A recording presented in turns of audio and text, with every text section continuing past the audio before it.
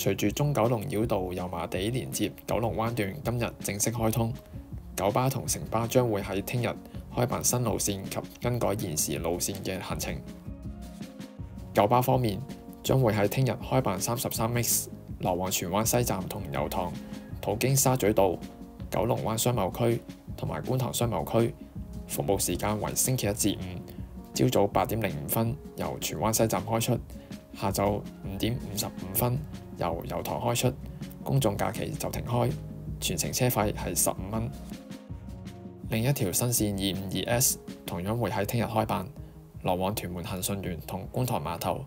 途經三聖、掃管笏、屯門公路轉車站同九龍灣商貿區，服務時間為星期一至五，朝早7點由屯門恒順園開出，下晝6點就由觀塘碼頭開出，公眾假期就停開，全程車費係20.08。隨住中九龍繞道開通，九巴亦都會喺聽日將部分路線改道，改行新路，唔經龍翔道、黃大仙同彩虹。呢啲路線包括258X 來往屯門寶田村同觀塘碼頭，259S 來往屯門龍門居同觀塘碼頭。當日呢條線會加開觀塘碼頭回程班次，會喺下晝5:40開出。259X 來往屯門龍門居同觀塘碼頭，268P 來往元朗山水樓同觀塘碼頭，269S 來往天水圍市中心同觀塘碼頭。城巴方面就會喺聽日開辦 A28X 由將軍澳站單程前往機場，途經調景嶺、尚德邨、日出康城、國泰城同港珠澳大橋香港口岸，服務時間為星期一至五，朝早嘅5:50、6:35、7:20由將軍澳站開出，公眾假期就停止服務，全程車費係44蚊。小巴方面以試辦形式營運，來往彩福邨至到牛頭角安華街嘅83號 C 線，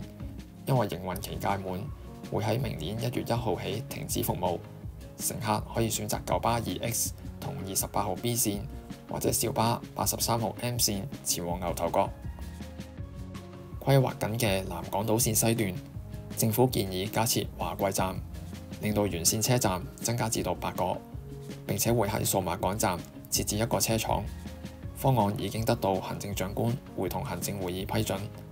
路線以香港大學站同黃竹坑站為總站，途經香港仔、田灣、華貴、華富、數碼港同埋瑪麗醫院，預計2027年施工，2034年或之前完工。日本捷星航空正式開通來往高雄同東京成田嘅航線，令到台灣南部來往日本有多一個旅程嘅選擇。航班方面，捷星會每日提供1班直航班次來往兩地，令到高雄居民同埋東京居民有點對點嘅交流。呢條航線會採用 A320 機型飛行。高雄市長指，航線開通後會有利於兩地嘅旅遊、投資同埋商務發展，對高雄同埋東京嚟講都係雙贏。多謝你收睇今集，鍾意嘅朋友記得俾個 like 同埋訂閱我哋下一集再見啦，拜拜。